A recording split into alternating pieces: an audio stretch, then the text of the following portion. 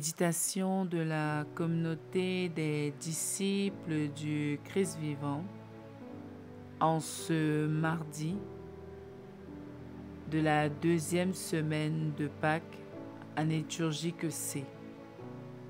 Première lecture. Lecture du livre des Actes des Apôtres au chapitre 4, les versets 32 à 37. La multitude de ceux qui étaient devenus croyants avait un seul cœur et une seule âme, et personne ne disait que ses biens lui appartenaient en propre, mais ils avaient tout en commun. C'est avec une grande puissance que les apôtres rendaient témoignage de la résurrection du Seigneur Jésus, et une grâce abondante reposait sur eux tous.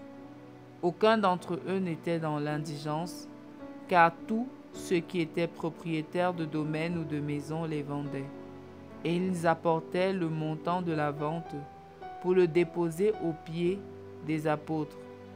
Puis, on le distribuait en fonction des besoins de chacun. Il y avait un Lévite originaire de Chypre, Joseph, surnommé Barnabé par les apôtres, ce qui se traduit « homme du réconfort ». Il vendit un champ qu'il possédait et en apporta l'argent qu'il déposa aux pieds des apôtres. Parole du Seigneur. Méditation. Frères et sœurs dans le Seigneur Jésus-Christ, que la grâce de notre Seigneur Jésus abonde dans chacune de nos vies. Dans le texte de la première lecture de ce jour, nous retrouvons la première communauté des disciples. Saint Luc nous fait le témoignage de leur façon de vivre et de l'influence de cet amour entre les disciples et de cette belle façon de vivre sur ce témoignage, particulièrement leur témoignage et sur la conversion des païens. En effet, cette communauté chrétienne avait un seul cœur et une seule âme. Ils partageaient tout ce qu'ils avaient et prenaient soin les uns des autres. D'ailleurs, il est mentionné qu'aucun d'entre eux n'était dans l'indigence. Ils veillaient à servir le Seigneur ensemble et se témoignaient beaucoup d'amour l'un à l'autre. Les conséquences étaient qu'ils rendaient témoignage à Jésus avec une grande puissance.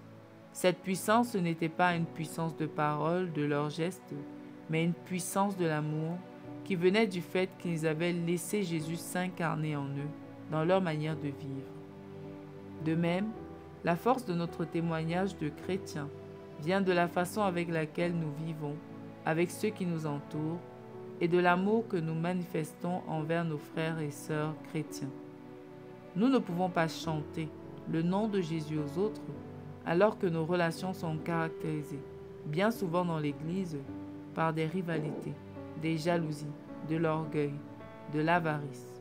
Beaucoup de chrétiens font partie d'une paroisse, d'une communauté, d'un groupe, et pourtant font souvent peu cas des autres chrétiens. On est plutôt en train de se calomnier à longueur de journée, au lieu de s'aimer et de prier les uns pour les autres. Aujourd'hui, les églises se vident parce que les gens ne trouvent pas cet amour et ce réconfort, cette unité qu'ils auraient voulu trouver à l'église. Ils veulent fuir le monde qui est une jungle et se retrouvent avec les mêmes batailles dans les paroisses et les communautés chrétiennes. C'est à l'amour que nous aurons les uns pour les autres qu'on reconnaîtra que nous sommes les disciples de Jésus. La première communauté chrétienne, le modèle de communauté, est une invitation à revoir nos rapports avec les autres chrétiens, avec les membres de notre entourage. Sommes-nous des exemples d'amour, d'assistance, de don de soi, de bonté et de générosité envers eux? Comment vivons-nous avec les autres chrétiens? Quel est notre témoignage de foi dans notre communauté, dans nos familles, dans notre paroisse? C'est en laissant l'Esprit de Dieu nous transformer que nous pourrons devenir davantage unis au Christ et à nos frères et sœurs en Christ. Prions. Seigneur, pardonne-nous nos individualismes et notre indifférence dans l'Église. Donne-nous la grâce de nous aimer les uns les autres et d'être par nos vies et nos communautés des témoins véritables de ta résurrection. Intercession. Nous te prions pour toutes les communautés de religieux et religieuses. Que le Seigneur leur donne la grâce d'être davantage unis en lui et que l'amour règne et triomphe toujours en leur sein. Maman Marie intercède pour nous. Exercice spirituel. Faisons un geste d'amour et de générosité envers un membre de notre communauté chrétienne. Loué soit Jésus-Christ à jamais.